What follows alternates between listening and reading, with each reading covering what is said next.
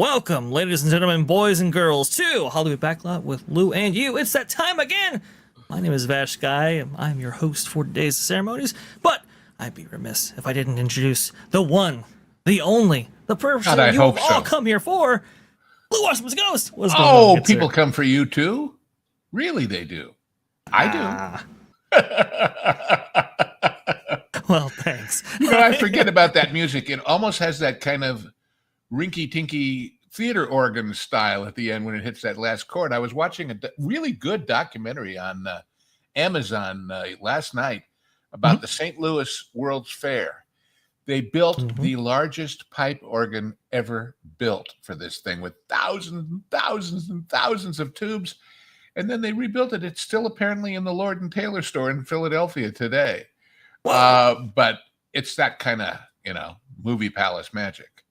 Right. Anyway, but that last chord is like one of those with the little tinkly bells. And you know how some of the band organs had little tambourines and drums and xylophones and marimbas, really. But anyway, man, that was my impression of our music. God knows where I'll go with the rest of this stuff. What's going on, Vash? Oh, not a much right here. It is beautiful out here in just right off of Phoenix, Arizona, right here. Just amazing weather, clear skies, sunny day, all those great things. A little bit chilly, but nothing like back east. My goodness gracious. Well, we're about to have a cold snap tomorrow, Friday is going to be this massive Arctic blast down here in the southeast. Right now, it is, it's about 35 degrees here. It's going down to officially 16, 14, but wind chill of 3 for overnight Friday night. And then by Saturday afternoon, it goes away again. So go figure. But I see where our friend Valiant Renegade, there are parts of Louisiana, New Orleans and north, and along all the beaches in Texas and Louisiana, and they're going to get like 6 inches of snow. I mean, that is not exactly Cajun weather, You're going to have you a crawfish on a snow cone. Or something. Exactly. I don't know.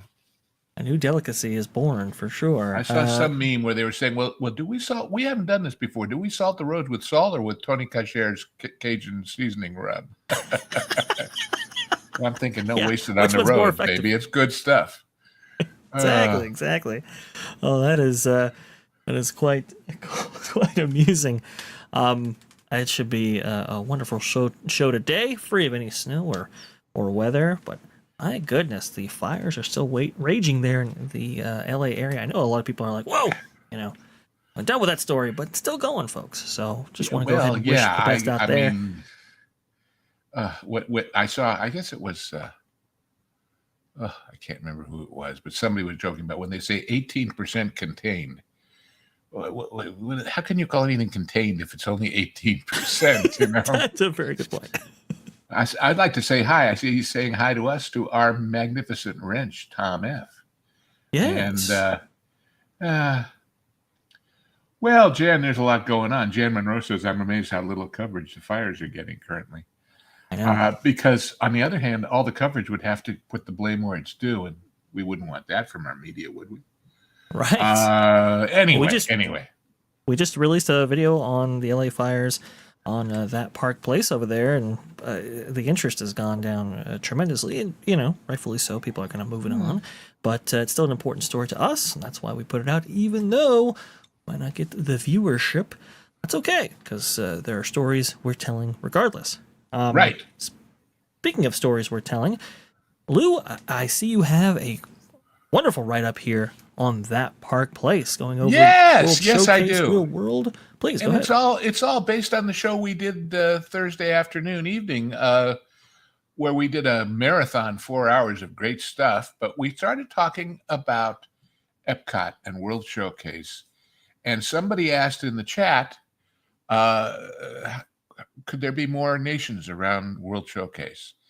And Joshua, who is the historian par excellence, brought up a map that showed that there's room for about 8 or 9 more, which would double the number. And we talked about various plans that had been made and for expansions. And they were going to do kind of a Matterhorn ride, only make it Mount Fuji at Japan And before that, it was going to be Mount Kilimanjaro if they had done the African pavilion. They never did.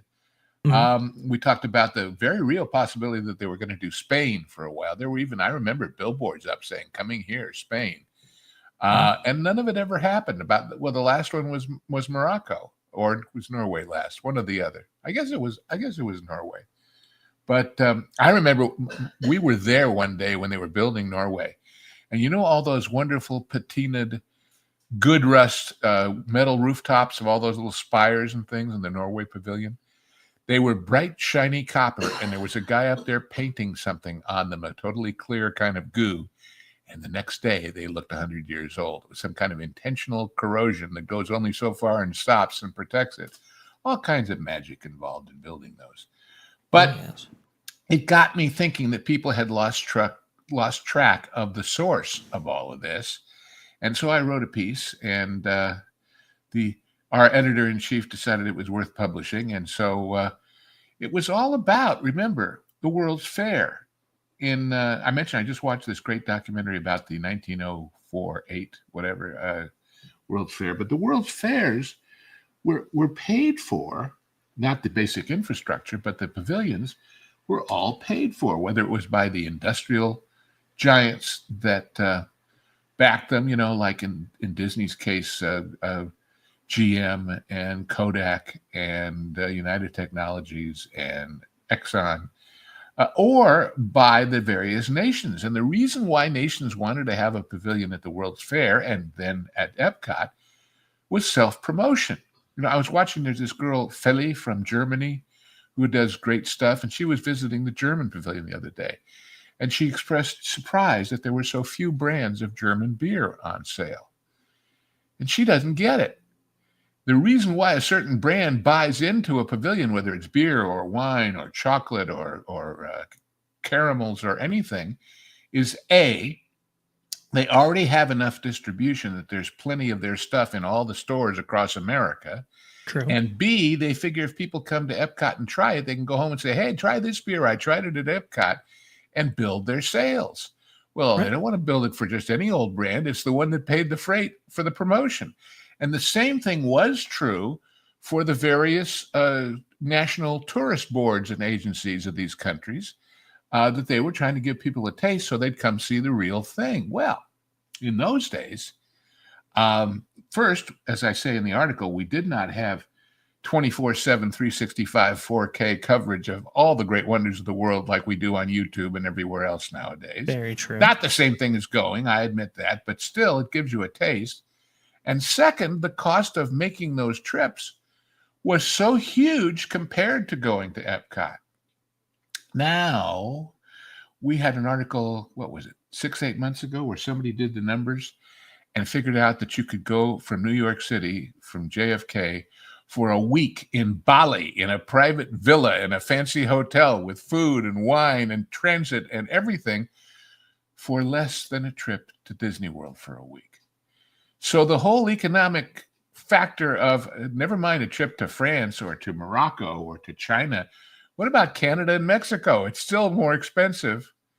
And so that whole issue of how these nations got there and why they were there has kind of gone upside down. And then the last point I allude to is Joshua had this great speech from the then governor of Florida.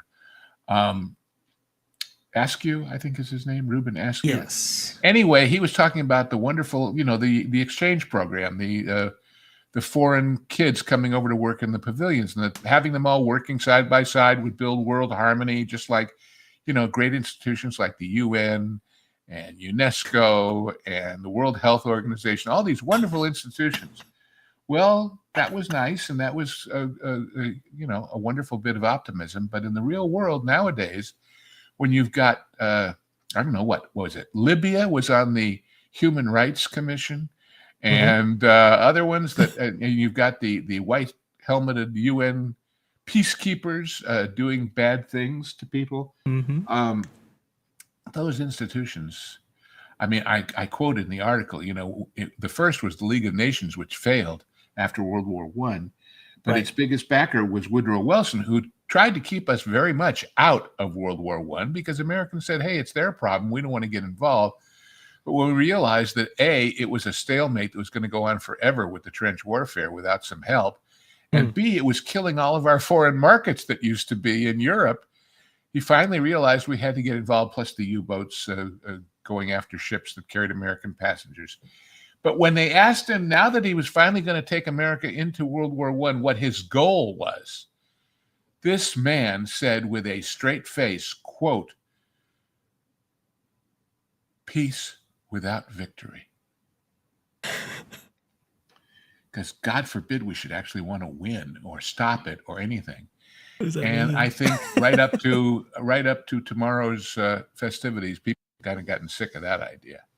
So anyway, it's an interesting article if you like that sort of thing. If it isn't, it isn't. I got another one coming the next day or two that's all about an interesting contrast in how fast and how well and how expensively Disney builds things versus another major entertainment and resort company.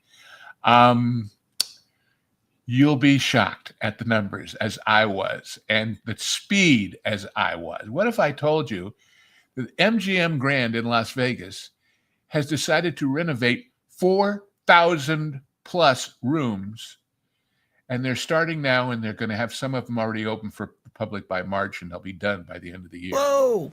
4,000 rooms!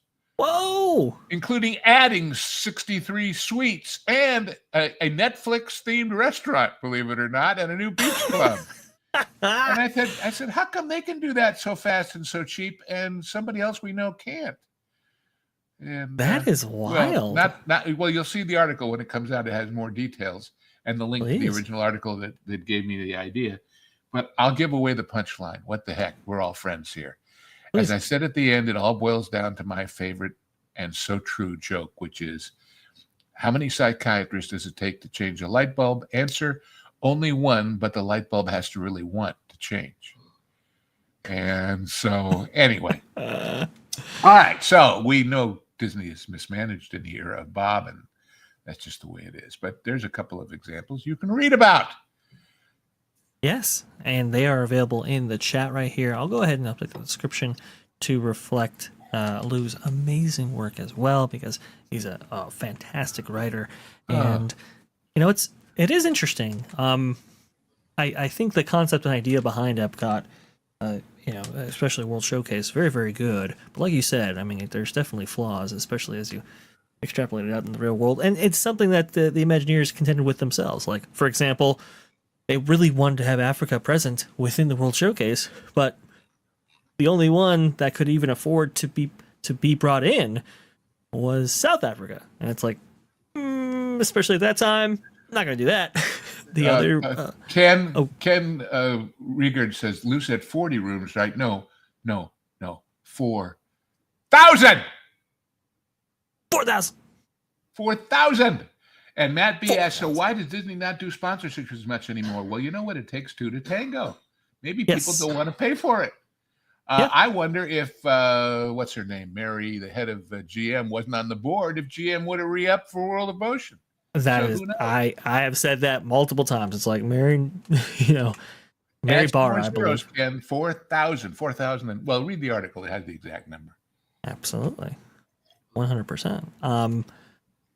If Mary Barra wasn't on the board, there's no way that GM would be sponsoring that pavilion. But because she is, we're getting our now third iteration of that famous test track attraction in Epcot right there. Yeah. But there were, and every time they change a piece of the sign out front, they get a headline story from the Pixie Dusters. Ooh, yes. They took this piece off. Headline. Ooh, they put this one back on. Ooh, they filed a permit to put up a pipe. Ooh, how exciting. I was mentioning to Vash before the show, there's actually a story. Well, we could put it up if we wanted to, but there's no point because it's stupid.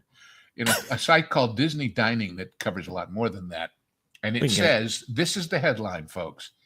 Disney World says goodbye to another pandemic era tradition, effective immediately. And I'm going, we have traditions from the pandemic era? Traditions?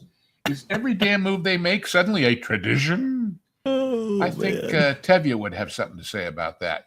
Tradition. Yeah, I traditions, especially on that.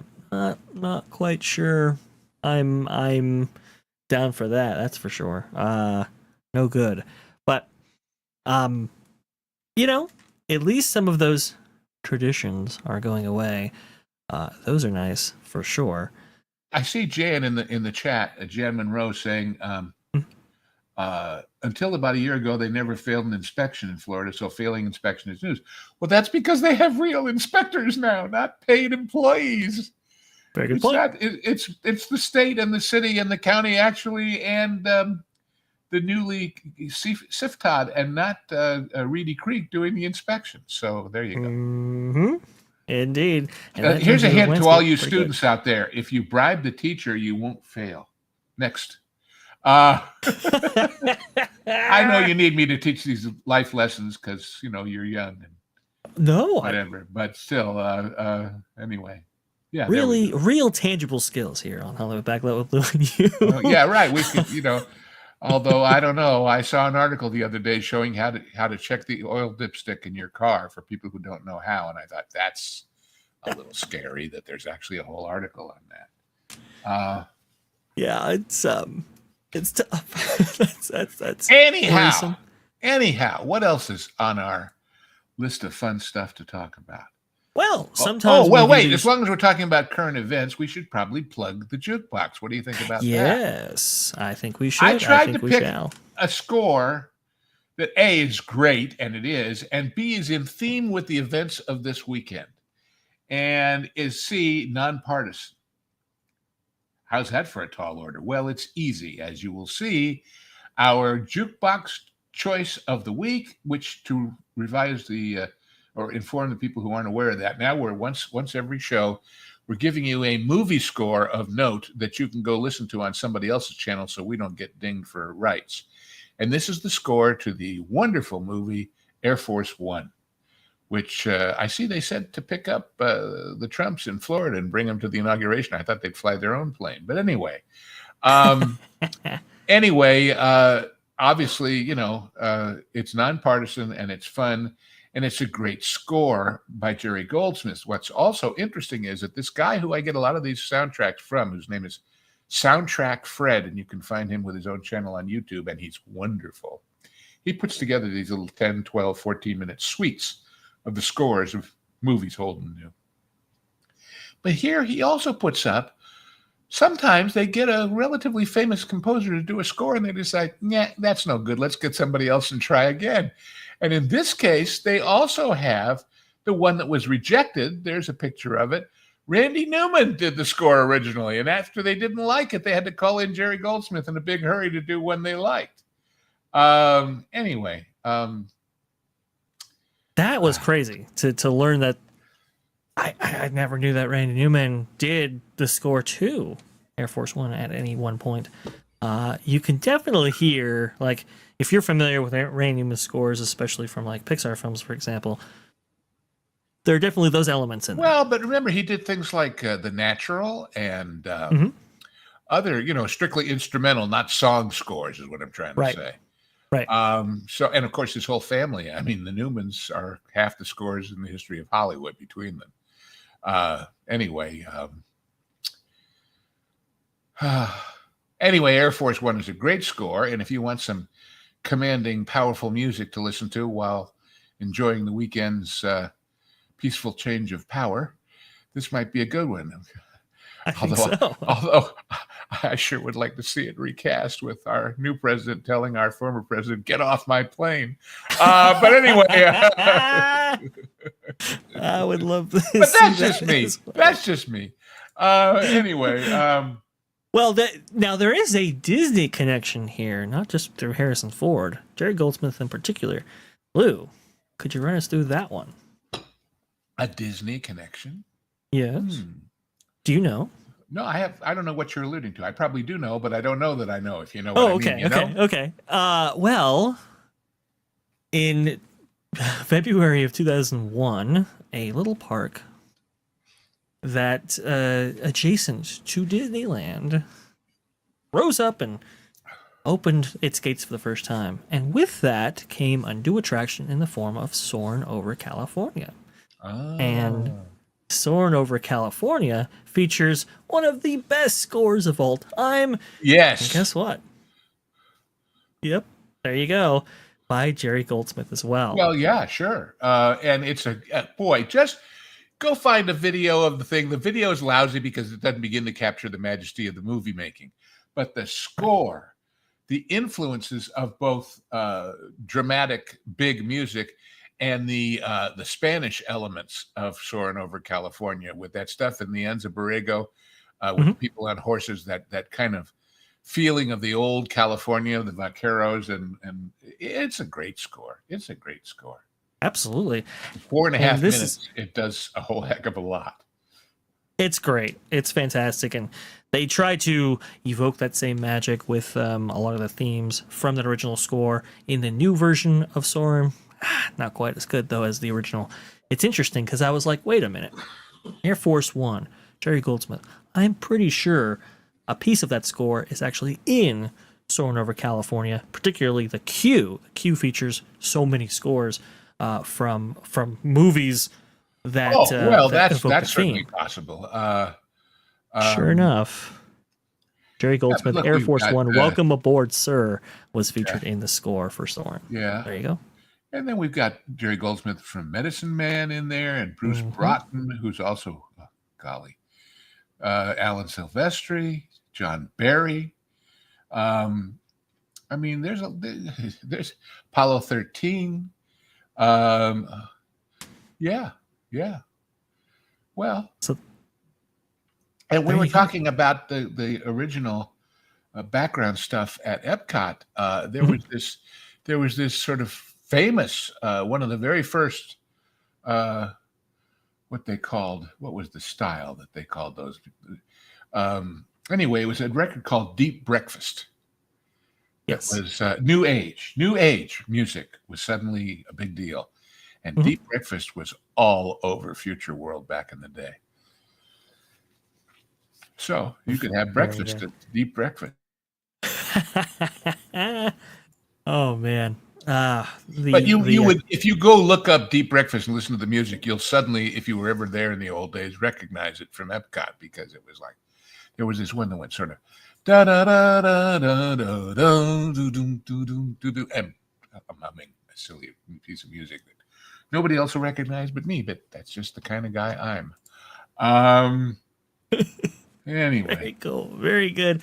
I love the, as much as I love cinematic history, the scores attached to our favorite films and our favorite theme parks, just as interesting to me. Well, and it goes back to old Hollywood, because they took scores very seriously too. I mean, when you think of, Max Steiner and Eric Wolfgang Korngold and the Newmans and Elmer Bernstein, and gosh, that was a lot of good music. And of course, and they had big orchestras to play it. That's why last week, if you go back to last week's show, I gave you that cue to the Cincinnati Orchestra playing all these TV themes, but with 110 pieces rather than the 40 or 50 that did the TV shows. So anyway, fantastic. Well, sometimes when we put on these shows, they are noteworthy because they happen to line up with days across both Disney and Hollywood history. Found this was kind of particularly interesting. The Walt Disney Family Museum Twitter account, so dear to my heart, was especially close to me. Why, that's the life my brother and I grew up with as kids out in Missouri. From Walt Disney, on this day in 1948, So Dear to My Heart debuted in theaters, and it has been so dear to our hearts ever since. Kind of cool stuff there. Yeah. Remember family movies from Disney? Wow. Yes. The family movies that 70% of the United States would like Walt Disney Studios to go back to. Yes. Well, and not just them, everybody. When the executives at Amazon tell the Bond heirs, "Oh well, we don't think James Bond's a hero," you say. Or when the guy at Sony explaining why Madam Web and Kraven the Hunter and all these bad Spider-Man movies failed, saying, "Well, the damn audience wouldn't watch it. It's their fault." You know, That is it used most to be an old unfortunate. joke about a family watching the marching band that their son was in and Mhm. saying, "Boy, it's so great. Everybody's out of step but Johnny." So I Perfect. say there used to be, and then I bring them back. You see, when they're only used to be to the rest of you, it's used to be to me is only yesterday. Um, There you go. and of course, Uh, all the movies that we do, for example, on Genre Guys, mhm. gosh, there's some great scores, modern and older. We're about to do, because I've been pushing the guys for this one for months. We're about to do in conjunction with Marvin, the movie Monster, because Hangry is in transit to another world.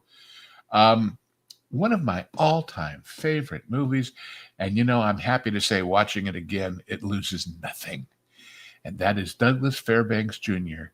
as Sinbad the Sailor, with Maureen O'Hara and Anthony Quinn and Walter Slezak and George Tobias.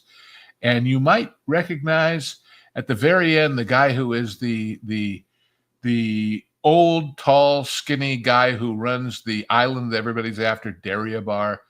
You might recognize a certain aide to Batman in that. It's Alan Napier, aka Alfred in the original Batman. But there's the movie. And oh golly, if you want to get ready for an upcoming episode of the Genre Guys, and those of you who were saying earlier, somebody was saying, gosh, I want something warm and cheerful and friendly. And oh, wow. It's just such pure fun and pure charm. And man, Doug Fairbanks Jr., his father was wonderful and famous and all of that, but he's got uh, uh, a charm Fantastic. in this that just it, and the music is, and you know, this movie, which I will mention when we do the show, but I'll give you a preview.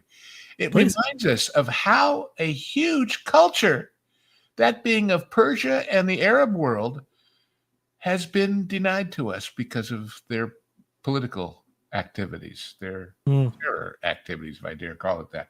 Remember, there was going to be a Persian hotel as one of the base hotels around the lagoon at Disney World. Yes. Remember that, you know, there's still in Japan, there's an Aladdin ride and area. Look at the Aladdin Hotel in Vegas that has that wonderful walk-through mall area with all the Arabian architecture and the Persian architecture. And I know it's not the same thing. Honest, don't correct me in the chat. But no, I mean, even looking at Disneyland Paris, for example, their Adventureland, especially nearest the hub, really takes influence from, you know, the Middle East. And so it was hugely influential there as well. Go ahead. Sure. Well, and about the only piece of it that I know of in Disney World is that section in Spaceship Earth where they talk about Arab scholars preserving knowledge during the sort of dark ages and that sort of thing, which is true. But anyway, but this movie, you want just pure fun and you want to see some performances. And if you think that if you're tired of a lot of modern actors whose sole dialogue ability is duh, yeah, sure, you know, not only Douglas Fairbanks, not only Maureen O'Hara, but God, Walter Slezak is such a wonderfully charming, funny, elegant, bad guy. Oh, wow. And George Tobias, you see down there, who plays Doug's sidekick. If the name isn't familiar, I bet his face will be. He was the next door neighbor on Bewitched all those years. I forget the last name, but anyway, and he was in all kinds of other things too. But oh, I didn't know that. Nutty Squirrel tells me that they de-Middle Eastified that Desert Passage Mall in Planet Hollywood. And I remember when I was a kid growing up in LA, there was the Date Festival in Indio, California, and they had they had camel races, and they had this whole permanent outdoor amphitheater stage of the Knights of Scheherazade, and they put on a whole show, and nobody minded. And of course, at the same time, the company that was the biggest date producer out there was an outfit called Shields. And when you drove by, the date shakes were the big deal. They still are to some degree. But they had this movie called The Sex Life of a Date, all about how they propagated dates out there in the desert. And that drew a lot of customers to get themselves some date shakes. So there is that. Anyway, memories of old Hollywood. I'm sure it goes full circle. Anyway, it's just a happy time movie. I'm telling you.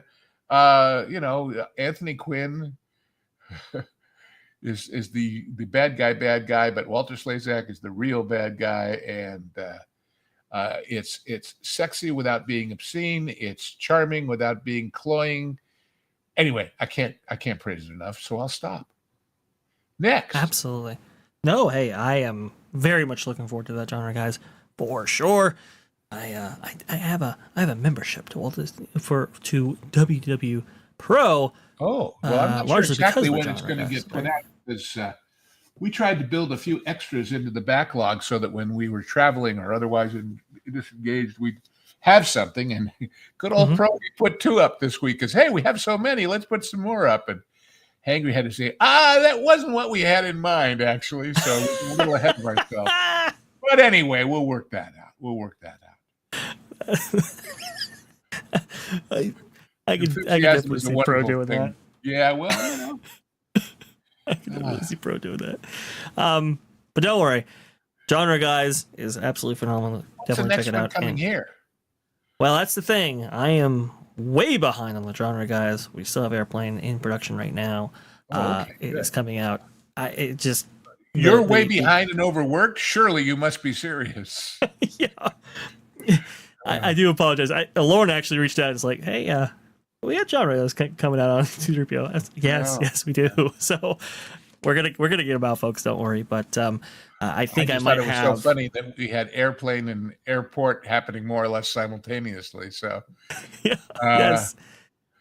I think what we're gonna do is we're gonna up the release cadence for the Genre Guys here on C-3PO in order to get us caught up to where we should be, and that should be a lot of fun. So stick around. Great. So everybody, if you're not joined up and subscribed here, you should be.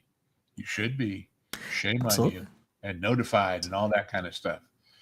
Shame on you. Yes, and we also have amazing shows like the one you're watching, and also to Real Live every single Thursday at now 4. I gotta get Marvin to move his time up there, but that's where we're at right now. Very good stuff indeed. I want to go ahead and bring this to your attention, Lou. You might appreciate this. This is from a Netflix film called Carry On, if I'm not mistaken, and it's very popular. And one of the scenes that I think it's most popular for is this car scene right here. We got a look at the behind the scenes making of this. Just kind of wanted to show that movie magic alive and well, but obviously being done very differently from when it was, when you put these things on, 60, 70 plus years ago. Well, pretty impressive stuff here. Well, of course, there was rear projection, and there was, in fact, there's a famous thing in, trying to think of which Hitchcock movie it is, where they had the cockpit of the plane going into the drink, or maybe it's not Hitch, maybe it's 30 Seconds Over Tokyo. But anyway, what they did is they built a projection screen as the guys are looking out the cockpit of the plane, but they built it out of rice paper. And they're projecting the dive of the plane into the water, and at the right moment, a big drop tank behind the rice paper just floods through, and it's like they're actually going into the water. Very clever stuff. Very clever. That is clever. Let me see if I can find. I don't think it was North by Northwest. No, I have to look up where that was. But North by Northwest though did have the some rear projection. They shoot it on the real Mount Rushmore, and real Mountain Rushmore wouldn't let them, so they had to build all that stuff. But right. And there's that car chase too yes. Well, the crop dusting scene, and yes. Well, anyhow, the magic of the movies.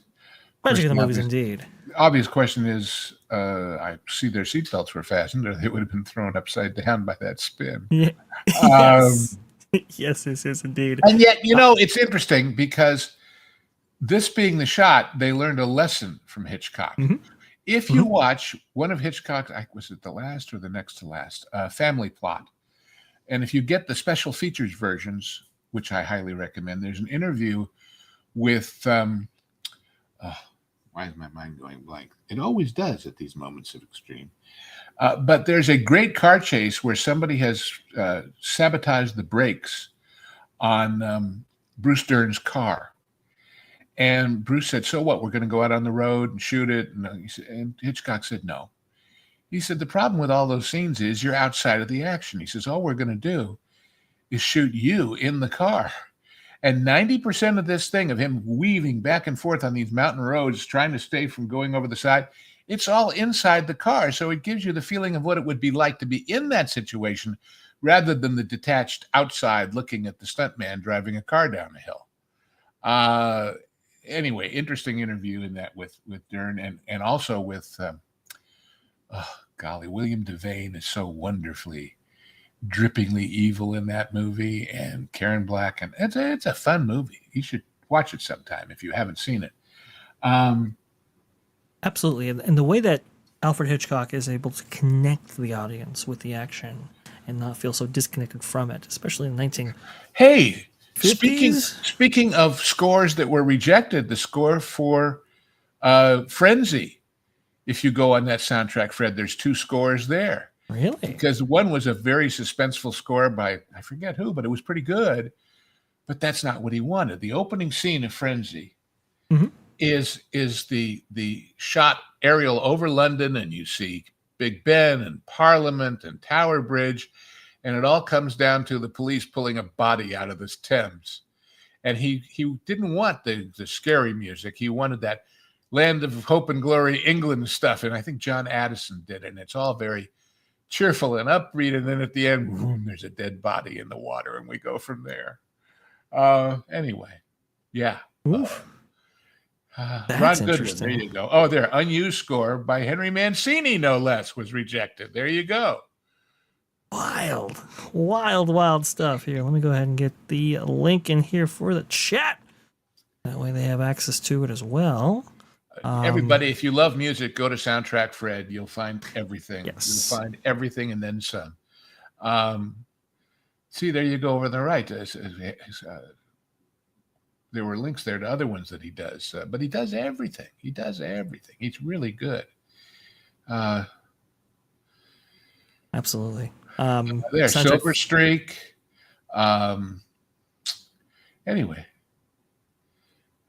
Well, if you haven't visited Soundtrack Fred yet, don't worry, because I'm sure we will have many inclusions of Soundtrack Fred. He's so good. He's so very good. Future episodes. Oh, absolutely. He really does a good job of blending the various pieces and giving you the names of the tracks, and everything is very well documented, and it's really good. What can I say? Silver Streak. Awesome. Now, you talk about special effects. That scene at the end where the train crashes through the wall of the station and everything, that was done in one of the old Skunk Works hangars at Burbank Airport. I know because a friend of mine gripped the show. And that was a pretty major deal. That's not a model. That's a real, I mean, it's a fake train, but it's going through a real wall in real size in real time. And fun picture. So, and that was a picture that had to be shot, all the train stuff in Canada, because I don't know how many of you know this, but when they made How the West Was Won on American railroads, that whole scene with the logging train that kind of rolls off and everything, they killed a guy and harmed some others because the logs rolled off the train and rolled over the cameraman's legs. And at that point, American railroads said to Hollywood, forget it. We can't handle the insurance cost of having you use our rails. You ain't doing it. And everything else had to be done in Canada because they were still willing. So there you go. Wow. I did not know that. That is pretty spectacular. Speaking of trains and what is that movie called with the big train crash in it? Oh well, Let me see. um, you talking about the Fugitive when they break out of when the train or the sequel? Yeah. Anyway, Yeah, well, you got The Fugitive, which is interesting because some of it looks really good, then some of it looks like model, but yeah, you yeah, can't that's tell. true. But I think it was parodied. Was it parodied by Parading I Case think by by Naked Gun or something like that? oh That's maybe kind of yeah one funny. of those right. Yeah, yeah, yeah. That's pretty funny as well. But I was trying to see man, I can't remember it right now. I'll have to look it up in the background. But some amazing stuff done with trains and railroads in Oh cinematic well, history. That's for sure. of course, a lot of it done up in Central California. There's basically a movie railroad setup, which is where the Wild Wild West train was the original, and a lot of others are shot up there. Uh, yeah, man, I wanted that train, That's didn't you? I mean, I'm not talking about the terrible movie. I'm talking about the TV show. They okay, called so it the it is. Challenger or something like that. They gave it a name. Uh, Let's see. anyway. You have the general and you have the wrecker. Well, the general was Buster Keaton. Right. Buster Keaton for sure. Incredible talent, by the way. Just wild. What Stuff that about he would do. in Briscoe County Jr.? There's a whole train sequence too, where they go over a Ooh. cliff with Professor Wickwire with John Aston.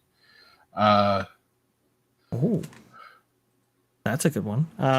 Back to the Future 3 evokes some of this stuff too from the classic yeah, film yeah, era in which they yeah. would wreck whole railroads and so forth. Very, very cool. Very awesome indeed. Oh, But, Von Ryan's Express. Somebody mentioned that's another winner. oh, here we go. Yeah, And of course, Orient Express. the train with Bert Lancaster, where they're stealing all the Louvre art out of France. Um, Yeah, Man, people don't realize, and I know this only because I almost bought a railroad once upon a time. Um, what? oh yeah, that's a long story. I built a theme park around it and all the rest of it, and I was only a few $1,000,000 short. Um, but we got close. I've got all the drawings from a former Imagineer, and I've got all the preparations, and it would have been fun. But what can I say? Uh, um, I'm People do pretty. not understand that steam railroad trains were the Starship Enterprise of their era. Yeah, They were that high tech compared to anything else, and that difficult and complex, and yet there's a zillions of them. So absolutely. well, then of course there's the scene in The Good, the Bad, and the Ugly. With the train and the bridge, and supposedly when Eli Wallick showed up to work on that with Eastwood, who'd already done a couple of movies with Leone, and Eastwood said, "Just stick with me." And Leone wanted them down close, and Eastwood said, "No, we're going to stay right up here for the scene," because he could see that the way things went on those shows. That's true, Ken. Eli Wallick damn near was killed because the deal is that he's chained to the track with a sort of a long, where he's got these long manacles, and he wants to put the chain over the rail, so when the train comes by, it'll sever the chain between his wrists, which is swell in America. The problem is that shooting in Spain, the Spanish train cars all had little running boards that stuck out about 1.5 feet, and would have smacked him in the head and killed him probably if he hadn't pulled out of the way. Well, yeah, the River Kwai, absolutely. Somebody mentioned, Matt B mentioned. Um, anyway, We're gonna have a train-filled episode here, and I'm we gonna will. bookmark that story there. Lou. that sounds incredibly fascinating. But Oh for well, another Once Upon a Time in for the sure. West, absolutely one of my favorite movies of all time, let alone westerns. Well, yes, I But the was talking about train just pulls up and then pulls away, and there's harmonica, and there's right. my old buddy Jack and Woody and the other guy, and you know, Well, I was referring to the. you're a horse short. No, too many. Yes. Yeah. He blasts away the other guys. Ah, great line right there. Fantastic.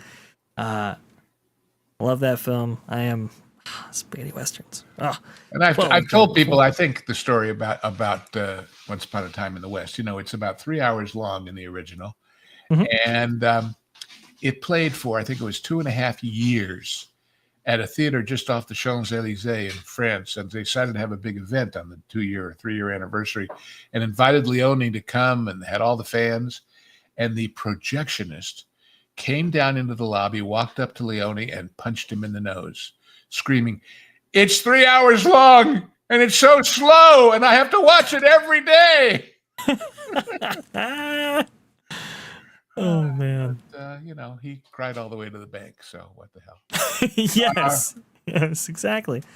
So it all worked out in the end.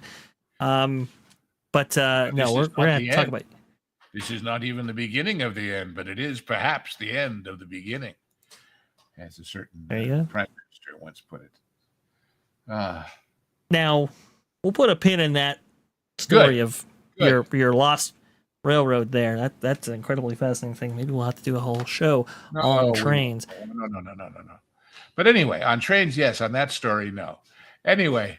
All right. Well, parts of it walk over that line. I can dance around it a little, but anyway. Well, you'll have to do some dancing here, because we have a question from one of our fine listeners here. This is from Matt. I had to get up to the screen. Sorry. What was the eventual reason you decided to leave California and move to Tennessee? It sounds like you made the right decision. What do you miss the most about, if anything, California? Well, that I will be careful, because, again, I kind of value my privacy. First of all, most of what I loved about California had been either destroyed or gone the way of the dodo. So that part wasn't difficult. Secondly, some family that was there was moved, and therefore I didn't have to take care of them. Thirdly, I have lots of family in Georgia at the time. And my joke was, well, I moved to Tennessee because there's no state income tax, and it's beautiful, and the people are nice, and the real estate is dirt cheap, and the cost of living is very low. But my sneaky reason was being in closer proximity to the kids and the grandkids.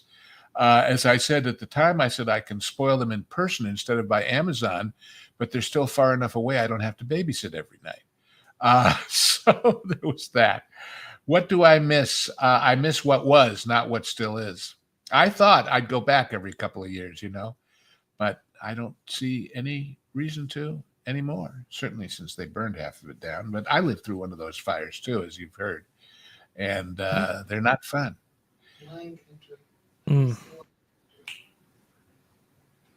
Anyway, it's so sad. It's sad what California has become. Man, it just the boundless opportunity in the 1930s, 40s, 50s, all the way up until probably about the 70s. And well, look, there was a newscaster for, I think it was CBS, named Jerry Dunphy. And he always opened the show, and from the mountains to the beaches, from the rivers to the sea, good evening, California or LA or whatever. And that's the fact, Jack. You could get in your car and within an hour at the most be up in the mountains with snow and a place called Santa's Village Amusement Park, which had the best gingerbread and whipped cream in the history of the world. And also be in Palm Springs and Palm Desert with all of that, with spas and water and those date shakes. And also be at Santa Monica in the beach and Malibu and all of that.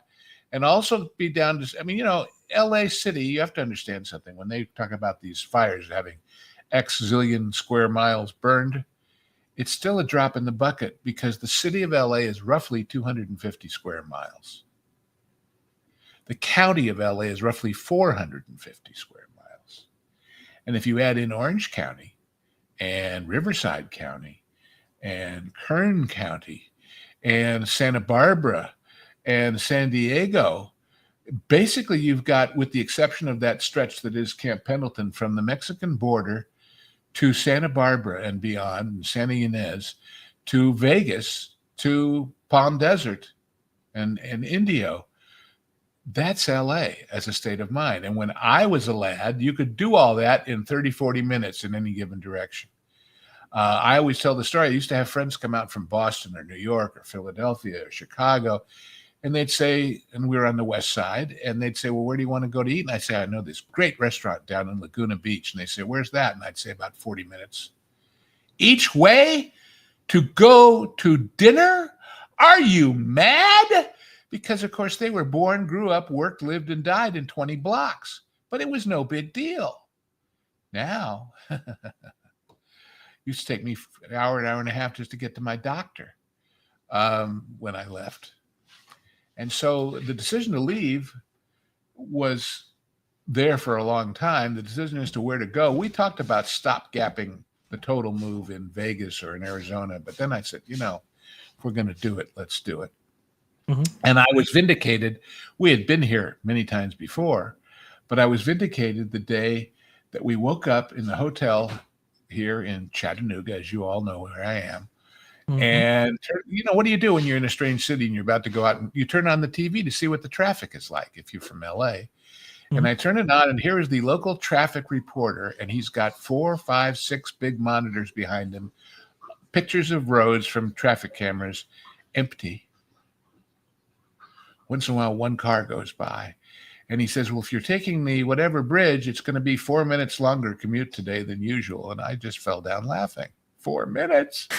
4 minutes? Are you out of your tree? 4 minutes? And yet it's big enough to have all the big box stores, all the major chain stuff, everything you'd ever need. Oh, by the way, 1 gigabyte internet for nothing, as part of the electric company. And the story is interesting. The electric utility here is called EPB, Electric Power Board, but it's really related to the real, not the Marvel, TVA, the people that tame the Tennessee River and build hydroelectric dams and all of that.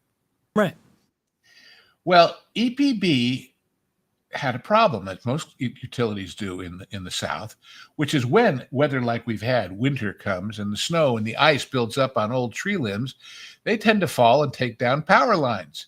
And people call in and say, hey, the power's out. And they had to send out, 10, 12 trucks to find out where it was before they could even fix it.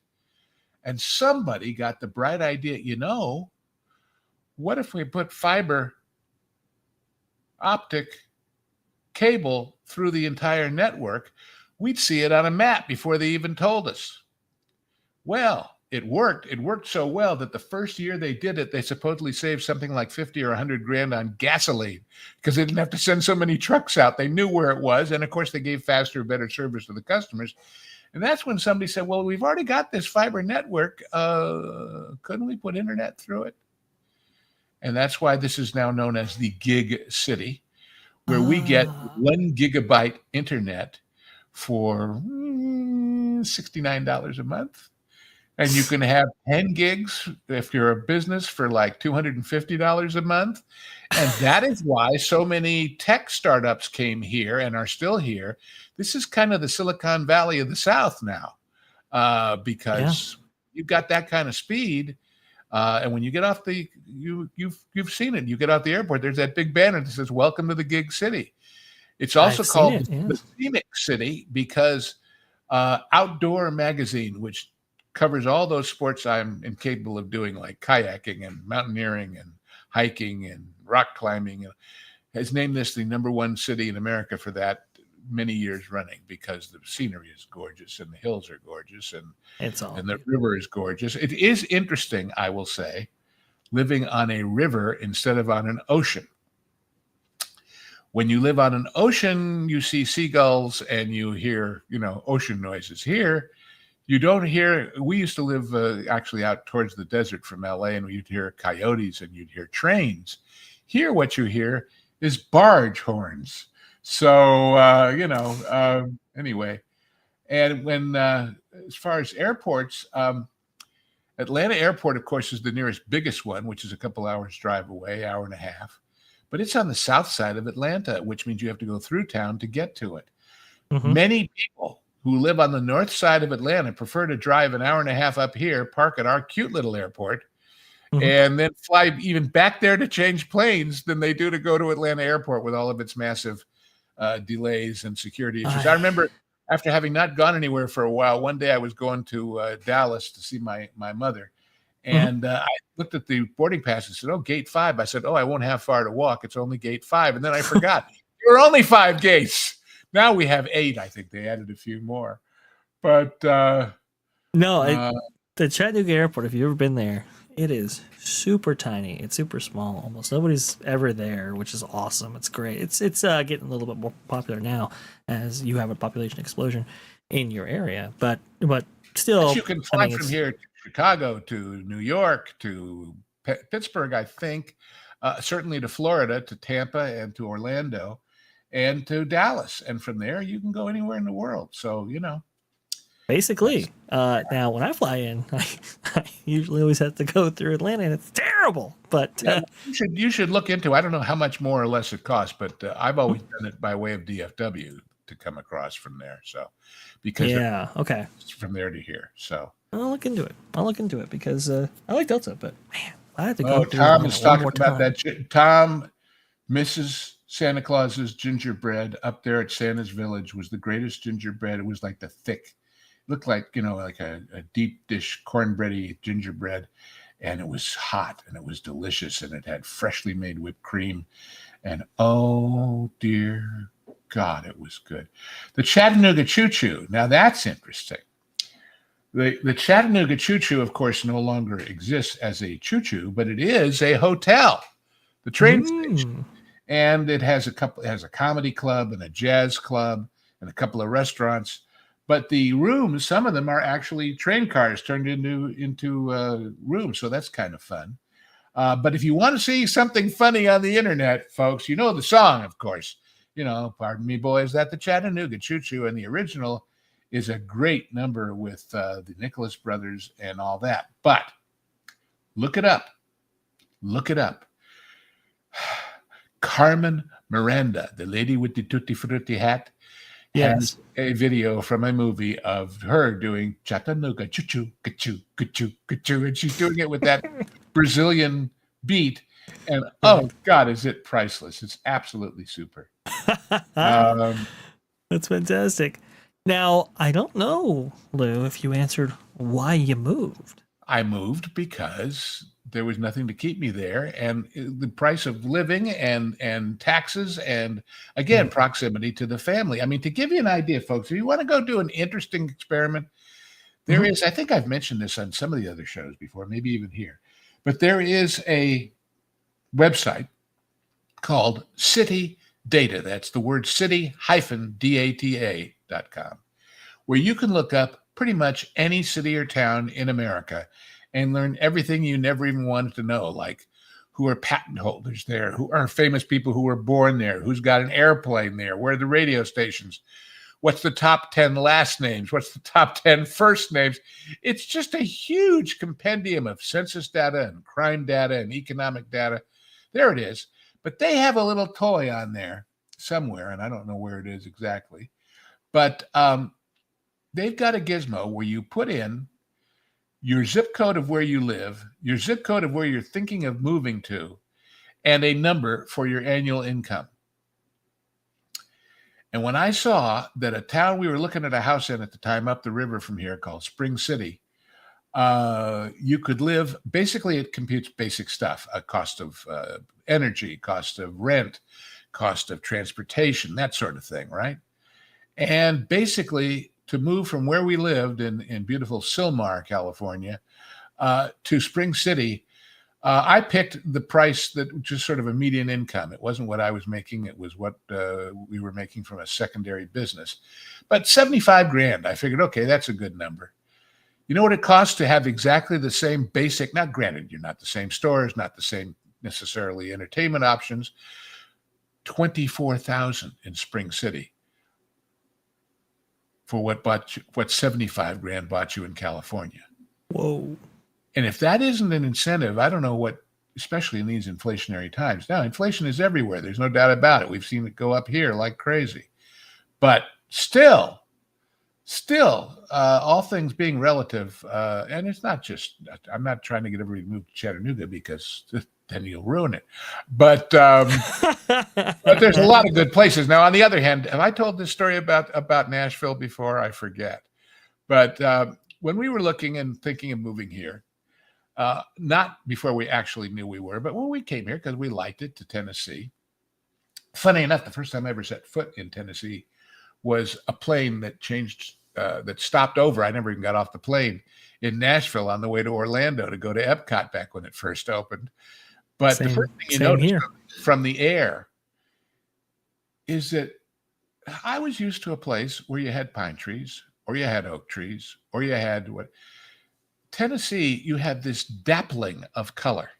You have green and red and yellow, and it's all kind of a wonderful mosaic from the air. So it's beautiful. But Nashville, when I told people in LA, especially in the guild and the business, that I was moving to Tennessee, just said the word Tennessee, they all replied, "Oh, Nashville?"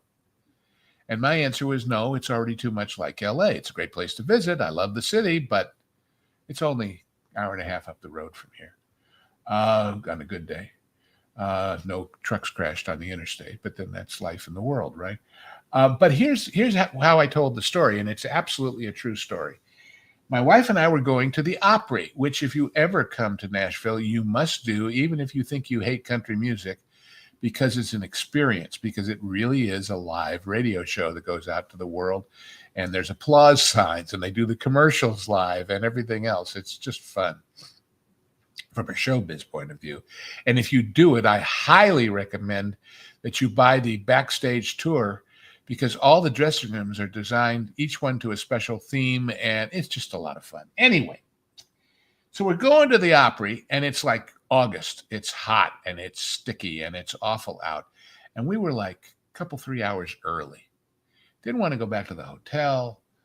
Decided right across from the front door of the Opry is the Opry Mills, which those of you in LA know the Ontario Mills, and there's these Mills malls all across the country, which is a big, massive mall full of every kind of store and restaurant and whatever. And this one I thought, well, you know what? Let's go in there. There's a Dave & Buster's, which I'm sure many of you are familiar with, the arcade and restaurant and pool room and all the rest of it. We'll order some snacks. We'll have some cold drinks, and we'll just wait it out before we go across the street to the theater. So we sit down at the table, and naturally a large percentage of the patrons are tourists. And this little waitress comes out, and she had to be all of, 17. And she's got this big smile, and she's got a cowboy hat on her head. And she says, "Hi, where y'all visiting us from today?" And stupid me, I told the truth. I said LA, and she paused. She froze, and she stared at us, and she said, "Are you in the industry?" And then I made the ultimate mistake of telling the truth, because I'm an honest guy, and I said, yes, as a matter of fact, I am. She says, "Wait right here." And she doesn't even drop the menu. She runs off, and I'm going, what the hell? I looked at my wife, and she comes back with her headshot and her resume and her everything to give us so she could be in showbiz, you know. And when I tell the story, I always say I felt like Al Pacino in Godfather 3 when he said, "Just when I thought I was out, they dragged me back in," because I was already in the process of retiring. But you get a lot of that. I didn't want to move to another LA. Let's just put it that way. Although it's a great town and there's lots of opportunities there, and and not just country music. I mean, musicals and classical music. And I wish I was up to the trip, but I've got too much going on. Ringo's going to be at the Opry here in a few weeks, and all kinds of great bands play there, and at the original at the Ryman Auditorium. And most people don't understand the reason why Nashville is the heart of country music is that when country music first began, it was all about touring bands. And it turns out that Nashville is a one night's bus ride away from 80% of the population of America in those days, in the 20s and 30s. So they could base there, go play a sock hop in somewhere, and then go on to Chicago, and then go on to Detroit and whatever, and come back. And because they were all there, the radio show started, which was on WSM and still is, which is the Grand Ole Opry. And that was a clear channel, 50,000 watt station, like very few in America, which meant it went a long way if the stratosphere was doing the right kind of bounce. And so they covered the world. Anyway, there's the new Opry, which is just, you got to go, folks. You got to go. Yeah. And if you see that second picture with the circle, the original Opry, well, not original, but almost, was the second one over from the left with the picture of the microphone looking out at the audience. There's two things about that. Blow that one up if you can.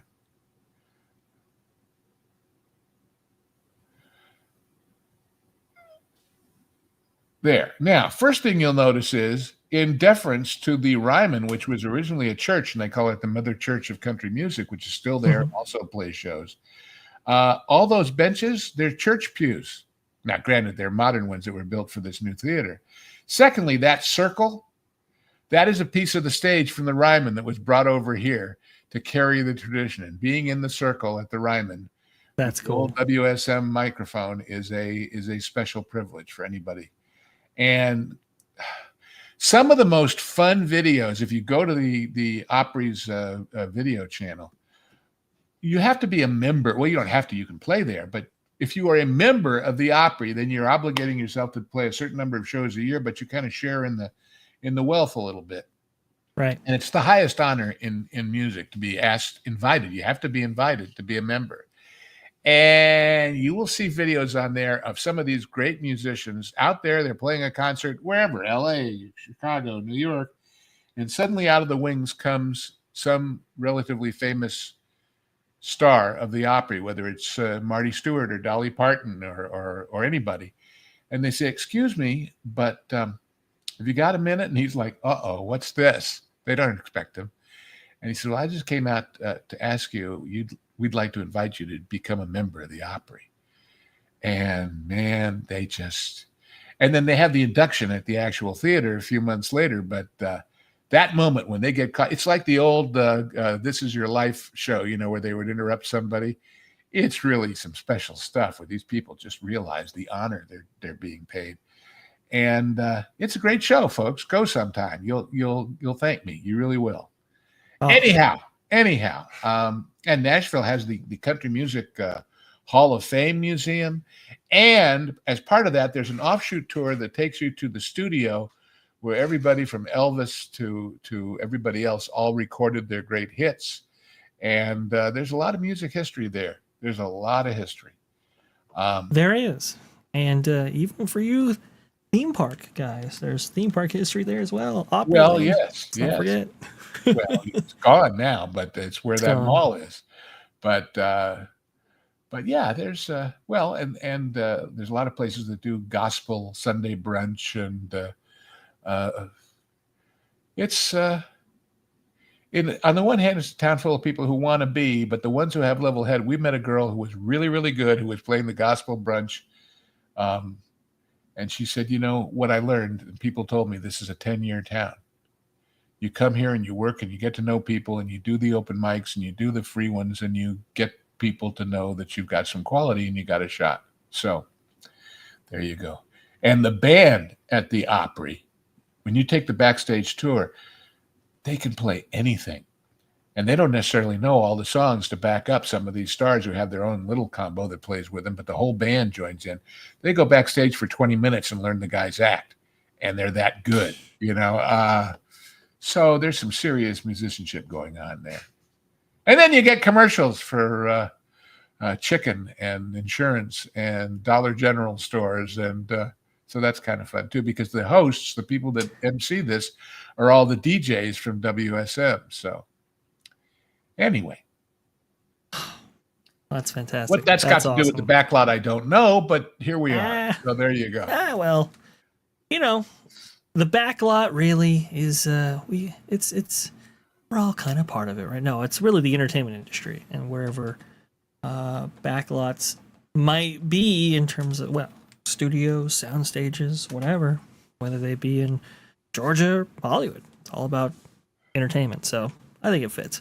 I think it For fits those quite in the nicely. chat talking about the new Opry version, the Ryman is still there, still going strong, totally revitalized, and the new building actually got hurt in floods, but got fixed up again. And both of them are very active now. During Christmas, sometimes they move the Opry shows over to the Ryman because they put things in the big theater, like visiting companies of the Rockettes doing the Nutcracker and things like that. But I see. anyway, and then there's a thing called Country Classics at the Ryman that Larry Gatlin and the Gatlin brothers usually host. That's really wonderful. And they have a whole series on bluegrass. And anyway, it's a great place. It's a great place. Fantastic stuff. And you're talking about Tennessee Valley Railroad Museum. There are lots of amusements. I mean, obviously, Dollywood is just up the road from here, about an hour and a half. They're bringing a new one to Chattanooga. Now, Chattanooga already has a tow truck museum, believe it or not. We have right at the border with Georgia, we have Rock City, where you can see 8 states or whatever it is, and Ruby Falls and all that. But there's apparently the biggest train set in America is in Cincinnati. A company that publishes all the various model and real Train Watcher magazines bought it. And they're coming to Chattanooga and building a huge indoor transportation amusement park with that train set and with things about planes and trucks and everything else. So that's going to be fun. Ooh. That's really cool. I did not know that. Man. Yeah, I think I put it somewhere in our theme park stuff. But anyway, the more the merrier. Oh, that's wonderful. Yeah. If you like trains, and I like trains, go ride the train. I love trains. The saddest thing about visiting Dollywood, railroad was not running on the day that I went. So gotta go back. That just about wraps up our show. So you know, Vash, saying you're going back to Dollywood for the train and not the cinnamon bread is like saying you read Playboy for the articles. I don't believe you. Yeah. I mean, you're an honest guy mostly, but that one I don't believe. Hey, that's it's real good, but I really want to ride that train. Yeah, but that about it concludes where we're at right now. Lou, you talked about the genre guys just a little bit with Sinbad the Sailor for sure. Are there any other films you're kind of working on right now, or maybe considering? Well, I'm always, exploring some of the great ones of the past. I mentioned, I think last time, that I recently read Pacino's autobiography, Sonny Boy, which is really great. Although if you're not familiar with a lot of New York theater people, there'll be a section in the middle that'll kind of leave you mystified as to who all those people are. But that's okay. And I finally finished, because it was so dense I had to pause for a while, that book that I mentioned on here before about the star system. And it gets even better when it goes into individual stories of people who beat it, people who walked away from it, people who fought it, people who didn't need it, specific case histories of all the various stars. So, I read too. Silly me. People used to say, "What do you do?" I say, "I practice a dying art. I read and write for a living," and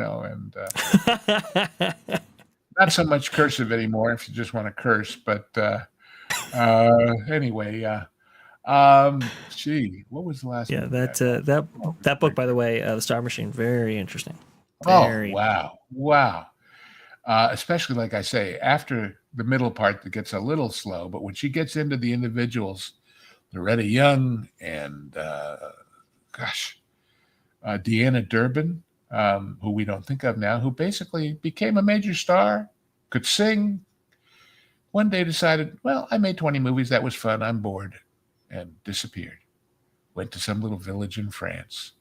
Could afford to in those days, because remember, speaking of that other motivation for moving to a state like Tennessee or Texas or Florida, no state income tax is a big deal.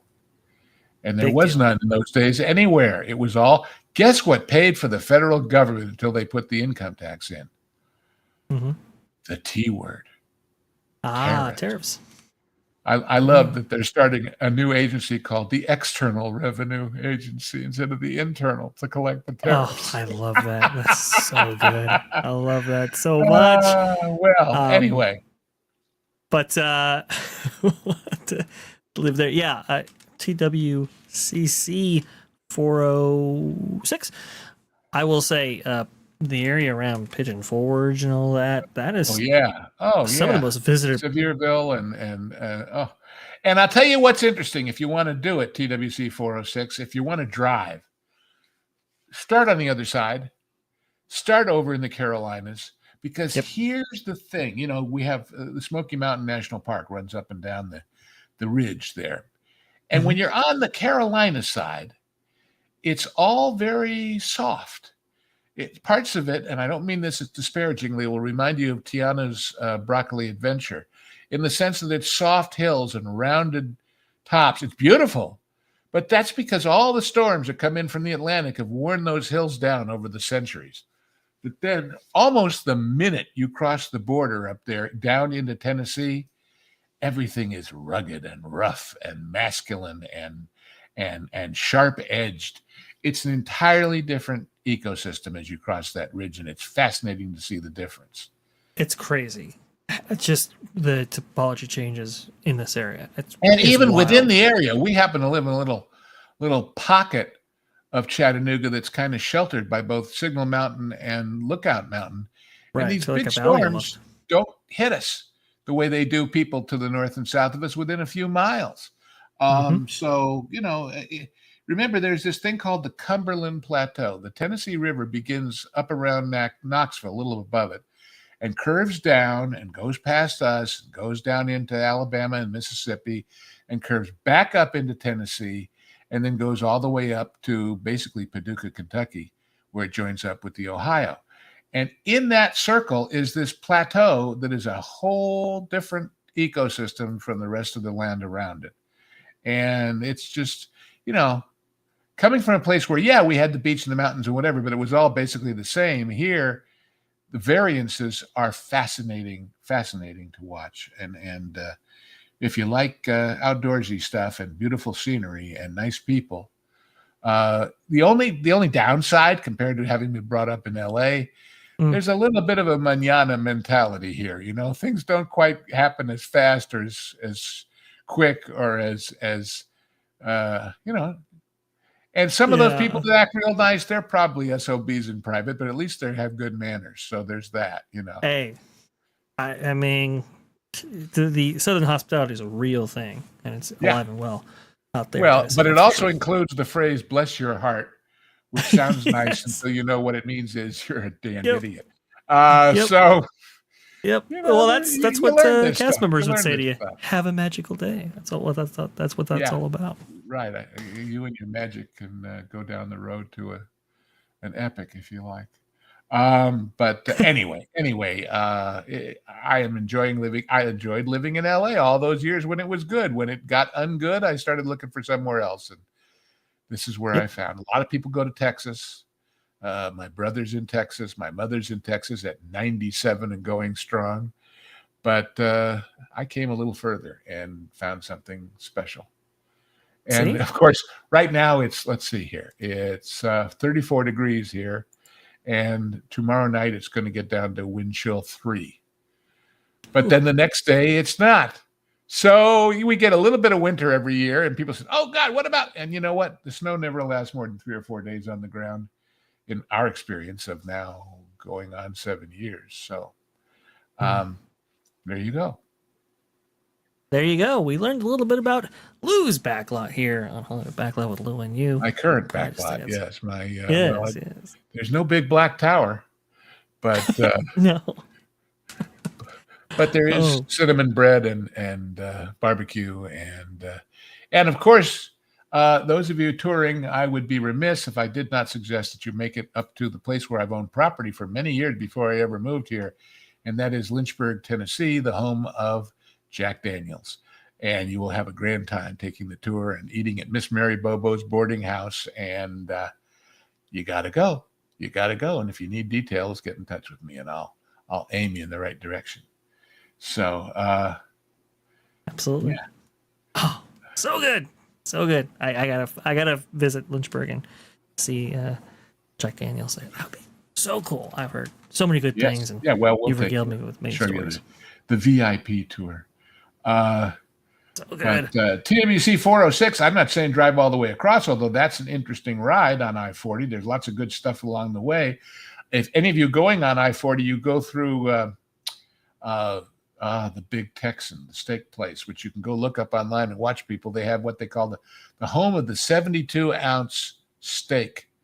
And if you can eat the steak and the shrimp cocktail and the salad and the bread in an hour, and they have people sitting there with a timer, it's free.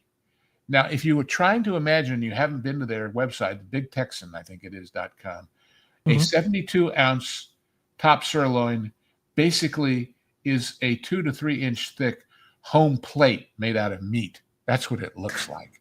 Yeah. It's insane. It's massive. Oh, you're a squire. Well, okay. Well met. I am too. And yeah, you should visit your plot. Anyway, that's it. Foreign correspondent. I thought that's what it was. I'm not with the, and again, they used rice paper with a splash tank, a dump tank to make that work. Great movie, by the way. Great movie. Thank you. Anyway, for we that. covered all the bases. I think we did. We even got the home base. Yeah, to meet. So there you go. Thank you. Sorry. Thank you so much, Lou, for regaling us with just another episode of Hollywood Amazement. And for those who heard some of these stories before, it was a regale. And by the way, if you guys want to send us your questions, you can go ahead and do so at T3P yes, at please yahoo.com. do. We have we have a couple of questions that we're going to get to on future episodes, but please keep those questions coming. We love answering them. And that just about does it for our show today. Next week, same bat time, same bat channel. Yes, indeed. Absolutely. Hollywood Backlot with Lou and you every single Thursday here. I'm sorry, not Thursday. Sunday at 2 p.m. Eastern. Sorry about that. And the regular show on Thursday afternoons at 4 and whatever else happens to happen. And read the articles. You saw the movie, read the book on that Park Place, and visit us around the internet as we explore fun and the making thereof.